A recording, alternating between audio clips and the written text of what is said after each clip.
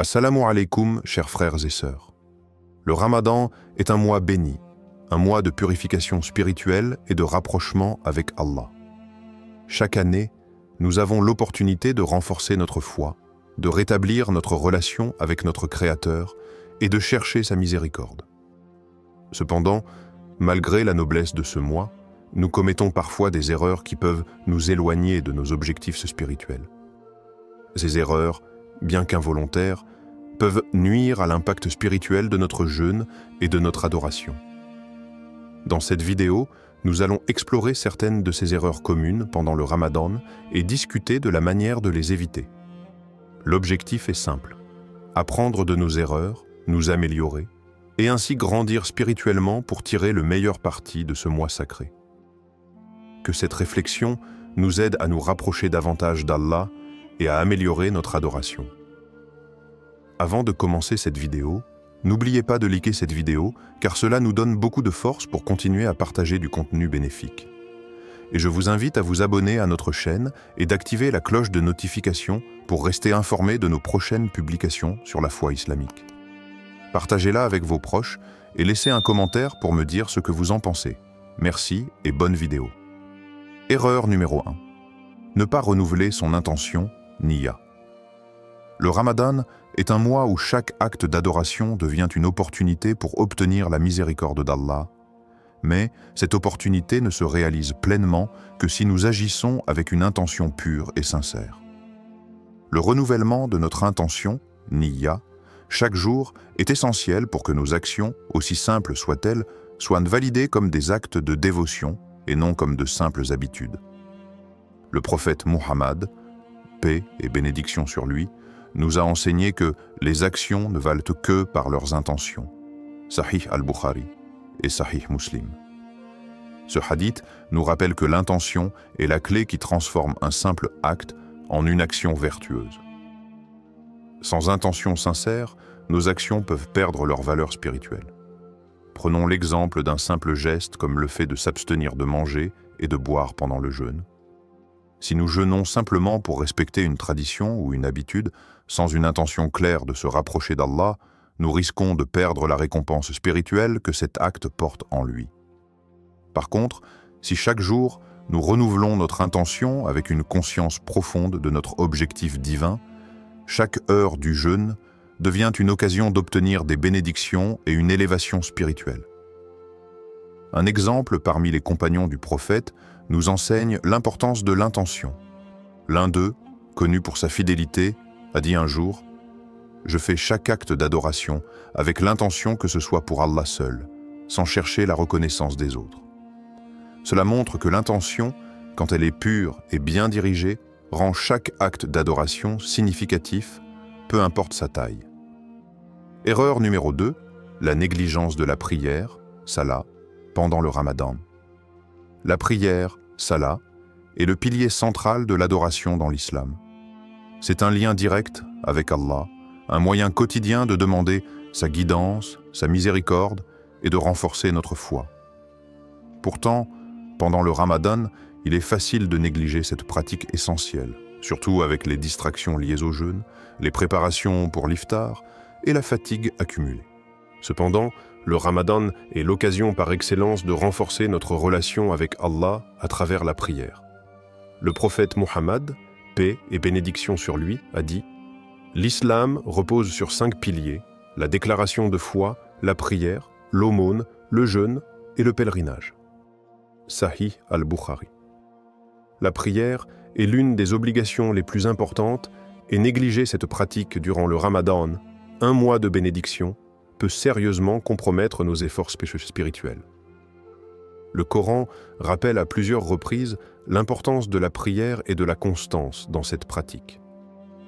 Allah dit dans la sourate Al-Baqarah, verset 238, « Protégez les prières et la prière de milieu, Asr, et tenez-vous debout devant Allah avec dévotion. » Ce verset nous rappelle qu'il ne faut pas seulement prier, mais prier avec dévotion et constance, même durant les défis que peut représenter le mois du Ramadan.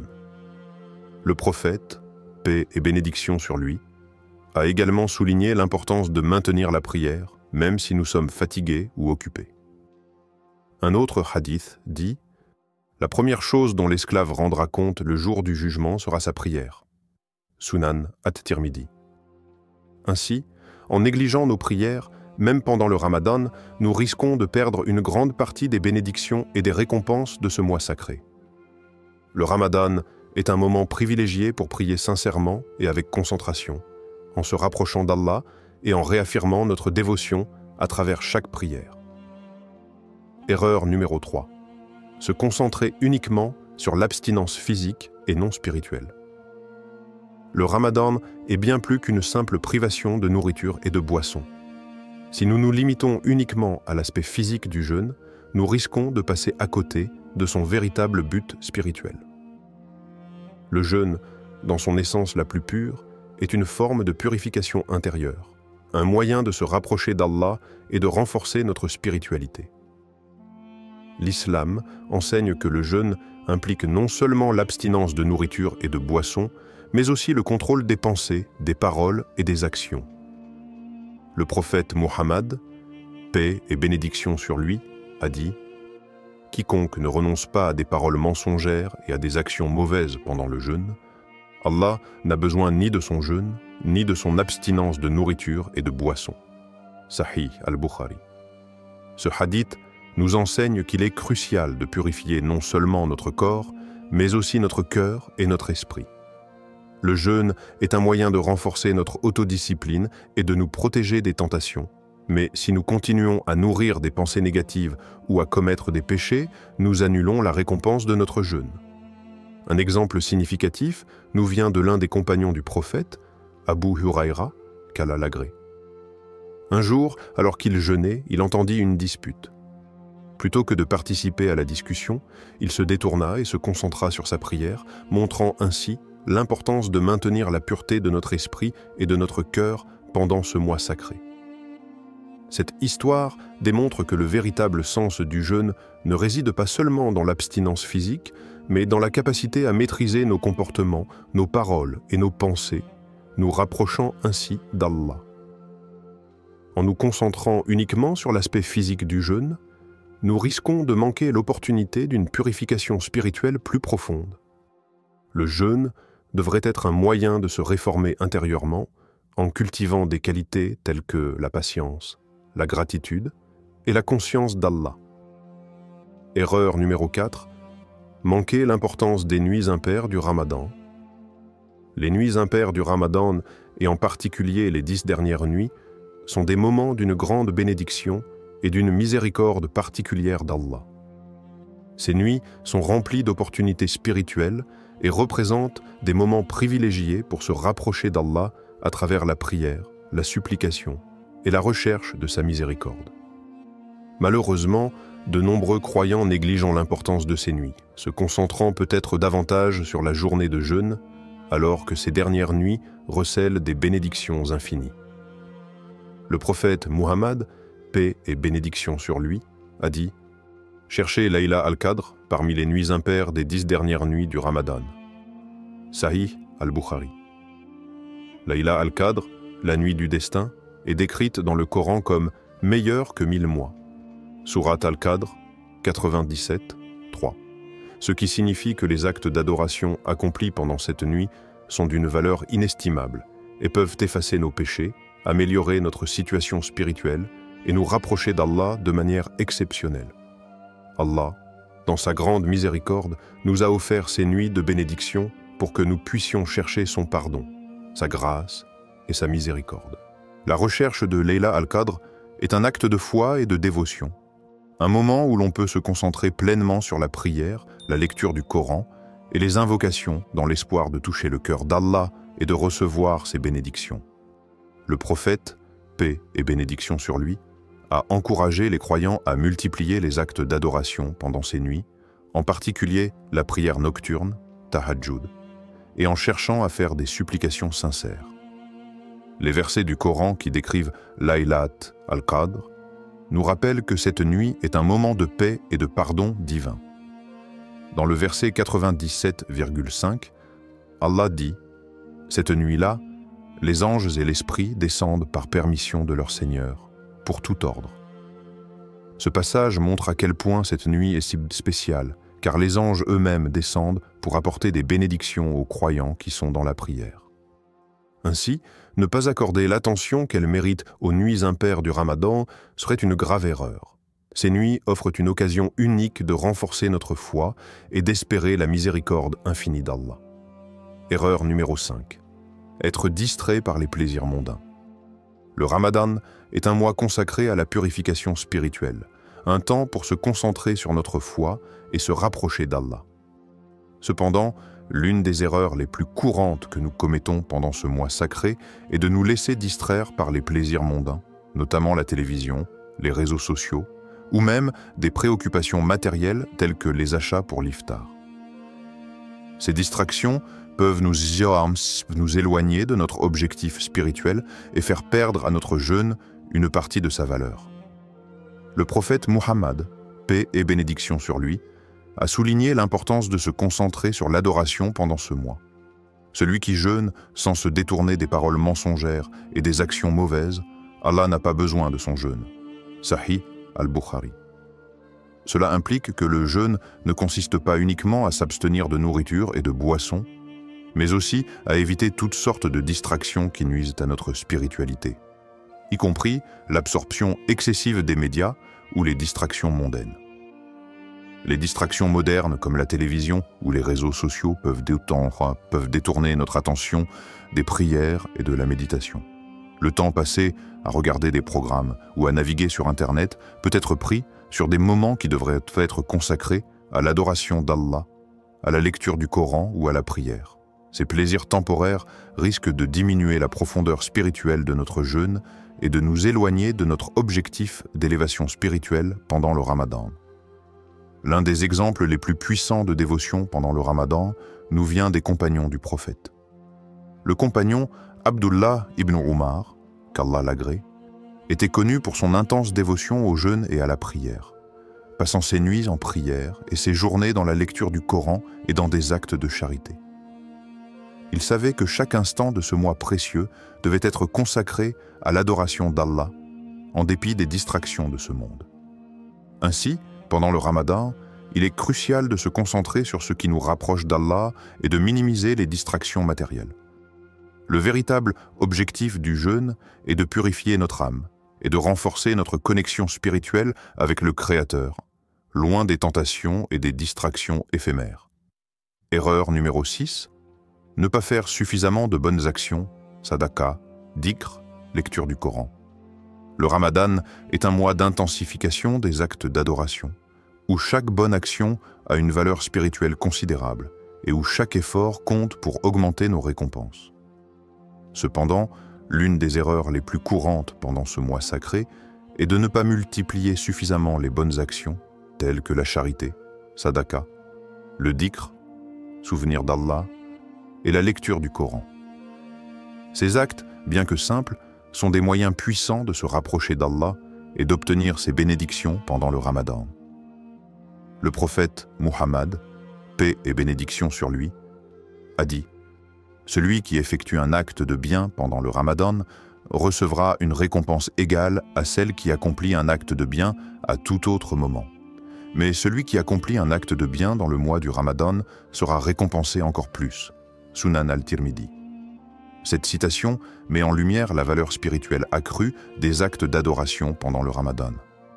En offrant de la charité, en priant plus intensément ou en se consacrant davantage à la lecture du Coran et au dhikr, nous maximisons notre bénéfice spirituel.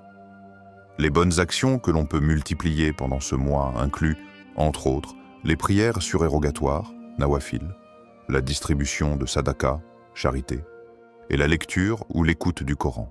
Un autre acte simple mais puissant est le dhikr, qui est le fait de se souvenir constamment d'Allah en répétant des formules comme « Subhanallah »,« Gloire à Allah »,« Alhamdulillah »,« Louange à Allah » et « Allahu Akbar ». Allah est le plus grand. Ces actions peuvent être effectuées à tout moment de la journée, même pendant les moments de repos ou de travail. Un exemple de bonne action pendant le Ramadan est celui du compagnon du prophète, Uthman ibn Affan, qu'Allah l'agrée, qui était particulièrement généreux pendant ce mois. Il a donné d'énormes sommes d'argent pour soutenir les nécessiteux et les causes islamiques, et ce genre de sadaqa était hautement apprécié par le prophète, paix et bénédiction sur lui. Le Ramadan est une occasion en or pour se purifier et se réformer. Chaque bonne action, aussi petite soit-elle, peut nous rapprocher d'Allah et nous permettre de récolter des bénédictions qui dureront bien au-delà de ce mois sacré. Erreur numéro 7, ne pas se préparer avant Ramadan. Le Ramadan est un mois sacré de purification spirituelle, mais pour en tirer pleinement profit, il est crucial de se préparer en amont, tant mentalement que physiquement et spirituellement. Ne pas se préparer avant le début du mois peut entraîner une perte d'opportunités précieuses, de croissance et de rédemption. Le mois de Ramadan nécessite une planification afin de maximiser les bénédictions et de tirer parti de chaque instant. La préparation mentale consiste à se préparer à accueillir le mois avec une intention claire et une attitude positive. Cela inclut le renforcement de la détermination à jeûner sincèrement et à se concentrer sur les actes d'adoration. Spirituellement, il est essentiel de se reconnecter à Allah avant le début du Ramadan, en priant pour la force et la guidance pendant ce mois. Physiquement, il peut être bénéfique d'adapter progressivement son corps au jeûne, en ajustant son alimentation et ses habitudes de sommeil avant le mois sacré pour éviter les difficultés au début du Ramadan. Le prophète Muhammad, paix et bénédiction sur lui, a montré l'exemple en se préparant bien avant le mois de Ramadan. Il était habituellement très attentif à la prière et à la lecture du Coran pendant les mois précédant Ramadan. Le prophète, paix et bénédiction sur lui, a aussi encouragé ses compagnons à se préparer pour ce mois béni en pratiquant des actes de bien avant que le mois ne commence, afin de s'assurer qu'ils pourraient pleinement en bénéficier lorsqu'il arriverait. Un exemple frappant est celui du compagnon du prophète, Umar ibn al-Khattab, qu'Allah l'agrée, qui se préparait en intensifiant ses actes de dévotion et en cherchant à purifier son cœur avant l'arrivée de Ramadan. Il passait beaucoup de temps à se repentir et à demander pardon à Allah, se préparant spirituellement pour le mois. Son exemple montre que la préparation avant le mois de Ramadan permet de mieux se concentrer sur l'adoration et de tirer profit de chaque instant. En préparant soigneusement notre cœur, notre esprit et notre corps avant le Ramadan, nous pouvons entrer dans ce mois béni avec une forte intention et une profonde concentration, prêts à profiter pleinement des bénédictions qu'Allah nous réserve. Erreur numéro 8. L'excès de nourriture pendant l'iftar, le Ramadan, est un mois dédié à la purification de l'âme et à la pratique de la discipline personnelle, mais un piège courant est de succomber à l'excès de nourriture lors de l'iftar. Bien que l'iftar soit un moment de joie et de récompense après une journée de jeûne, il est essentiel de garder à l'esprit que l'excès alimentaire peut nuire aux bienfaits spirituels du jeûne. Un repas copieux et excessif après le coucher du soleil peut nous alourdir et nous rendre léthargiques, affectant notre capacité à prier, à lire le Coran et à maintenir une connexion spirituelle profonde avec Allah. La modération dans la consommation de nourriture est un principe fondamental de l'islam. Le prophète Muhammad, paix et bénédiction sur lui, nous a enseigné à manger avec modération. Le fils d'Adam ne remplit pas de pire récipient que son ventre. Il suffit à l'homme de manger quelques bouchées pour que son dos soit droit. Si cela n'est pas suffisant, qu'il remplisse un tiers pour la nourriture, un tiers pour la boisson et un tiers pour l'air. Sunan al-Tirmidhi. Ce hadith met en lumière l'importance de l'équilibre et de la modération, même lorsqu'il s'agit de se nourrir, et ce conseil est d'autant plus pertinent pendant le Ramadan. L'excès de nourriture peut également nuire à notre santé physique et nous rendre plus fatigués, ce qui peut nous éloigner des actes d'adoration, comme les prières nocturnes, Ijnar Tarawi, ou la lecture du Coran. En outre, lorsque nous nous laissons aller à la gourmandise, nous risquons de perdre de vue l'objectif spirituel du jeûne, qui est de renforcer notre autodiscipline et notre connexion avec Allah. L'exemple du prophète, paix et bénédiction sur lui, montre que l'alimentation pendant le Ramadan doit être simple, équilibrée et modérée. Il préférait des repas légers et éviter les excès. Le compagnon Abdullah ibn Omar, qu'Allah l'agrée, rapportait que le prophète, paix et bénédiction sur lui, ne mangeait pas de manière excessive, même lorsqu'il avait la possibilité de se nourrir davantage. Ainsi, pendant le Ramadan, il est essentiel de pratiquer la modération pendant l'iftar.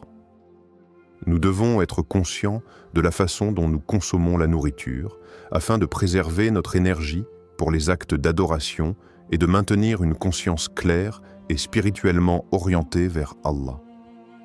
Erreur numéro 9. La négligence des relations familiales et communautaires. Le Ramadan est un moment de proximité avec Allah, mais c'est aussi une occasion de renforcer nos liens avec notre famille et notre communauté. Pourtant, un piège courant est de se concentrer uniquement sur notre propre expérience du jeûne et de négliger l'importance des relations familiales et communautaires. Ce mois béni est l'occasion idéale de renforcer les liens, de partager des moments de prière et d'adoration ensemble et de se soutenir mutuellement dans nos efforts spirituels. L'égoïsme et l'isolement peuvent nous éloigner des objectifs spirituels du Ramadan, car l'islam nous enseigne que la solidarité et la fraternité sont des valeurs essentielles. Le prophète Muhammad, paix et bénédiction sur lui, a dit « Le croyant pour le croyant est comme une construction solide, chaque partie renforçant l'autre. » Sahih al-Bukhari. Cela souligne l'importance de la solidarité, surtout pendant le Ramadan, où chaque acte de charité et chaque soutien mutuel sont particulièrement bien récompensés. Lorsque nous devenons égoïstes et nous isolons de nos proches pendant ce mois, non seulement nous manquons une opportunité de renforcer les liens familiaux, mais nous perdons également la chance de recevoir des bénédictions collectives. En famille, cela peut signifier partager l'iftar, prier ensemble, ou même organiser des événements de charité pour les plus démunis.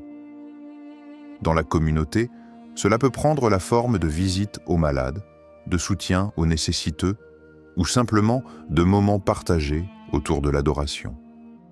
Un exemple frappant de la solidarité pendant le Ramadan est celui de la communauté musulmane de Médine, sous la direction du prophète, paix et bénédiction sur lui. Les compagnons se soutenaient mutuellement, partageant leurs repas et leur aide, en particulier envers les pauvres et les orphelins. Le prophète, paix et bénédiction sur lui, mettait en avant l'importance de la communauté et encourageait ses compagnons à s'entraider, particulièrement pendant les nuits de prière. Ainsi, pendant le Ramadan, nous devons veiller à ne pas négliger nos relations familiales et communautaires. En tissant des liens solides et en soutenant les autres, nous renforçons non seulement notre foi, mais nous nous rapprochons également des objectifs spirituels du mois sacré. Erreur numéro 10. Oublier de remercier Allah pour ses bénédictions. Le Ramadan est un mois béni, rempli de miséricorde, de bénédictions et de moments de purification spirituelle. Cependant, une erreur courante est d'oublier de rendre grâce à Allah pour toutes les bénédictions qu'il nous accorde, particulièrement pendant ce mois sacré. La gratitude est un pilier central de la foi islamique et il est crucial de reconnaître les bienfaits d'Allah à chaque instant du Ramadan. Ce mois n'est pas seulement un moment de jeûne physique, mais aussi une occasion de nous rappeler toutes les bénédictions matérielles et spirituelles que nous recevons d'Allah chaque jour. Le prophète Mohammed, paix et bénédiction sur lui, a dit « Quiconque ne remercie pas les gens ne remercie pas Allah » Sunan Abu Daoud. Ce hadith nous rappelle que la reconnaissance envers Allah doit être vécue au quotidien, et il est particulièrement important de la manifester pendant le Ramadan, un mois où chaque acte d'adoration et chaque moment de jeûne doivent être accompagnés de reconnaissance et de gratitude envers le Créateur. Il existe plusieurs manières de rendre grâce à Allah pendant Ramadan. nous pouvons commencer chaque jour de jeûne en le remerciant pour la chance de vivre ce mois sacré et pour toutes les bénédictions qu'il nous accorde, telles que la santé, la sécurité et la nourriture. Pendant l'iftar, nous devons prendre un moment pour exprimer notre gratitude avant de rompre notre jeûne en disant des supplications de reconnaissance, dua, pour les bienfaits reçus. De plus, la prière, la lecture du Coran et le dhikr sont des moyens puissants d'exprimer notre reconnaissance à Allah. Un exemple de gratitude se trouve dans les enseignements du prophète, paix et bénédiction sur lui, qui, après chaque repas, prononçait les mots suivants. Alhamdulillah qui nous a nourris, abreuva et nous donna la santé. Il nous enseigne que la gratitude ne doit pas être seulement verbale, mais aussi un état d'esprit constant qui se reflète dans nos actions et dans notre attitude envers Allah. Ainsi, pendant le Ramadan, ne laissons pas passer un seul moment sans rendre grâce à Allah pour ses innombrables bénédictions. La gratitude est un acte d'adoration en soi, et en nous rappelant constamment les bienfaits d'Allah, nous nous rapprochons de lui et renforçons notre foi. Conclusion ? En récapitulant les erreurs les plus courantes durant le Ramadan, il devient évident que l'objectif de ce mois n'est pas seulement de jeûner, mais de purifier nos cœurs, renforcer notre foi et nous rapprocher d'Allah. Que ce soit à travers l'intention sincère, la prière, le contrôle de nos désirs, la gratitude ou encore l'amélioration de nos relations familiales et communautaires, chaque aspect du Ramadan doit être une opportunité de croissance spirituelle. En évitant ces erreurs, nous pouvons véritablement profiter des bénédictions uniques que ce mois sacré nous offre. Je vous invite à réfléchir sur ces points et à prendre des mesures pour rectifier ces erreurs avant la fin de ce Ramadan. Ne laissons pas passer cette chance de nous améliorer spirituellement, car chaque instant compte. Le prophète Muhammad, paix et bénédiction sur lui, nous a dit « Quiconque jeûne avec foi et en espérant la récompense d'Allah, ses péchés passés seront pardonnés. » Sahih al-Bukhari. Que ce mois sacré soit une occasion de purification et de renouveau pour chacun de nous. Puisse Allah nous guider, nous pardonner et nous accorder la réussite dans ce mois béni.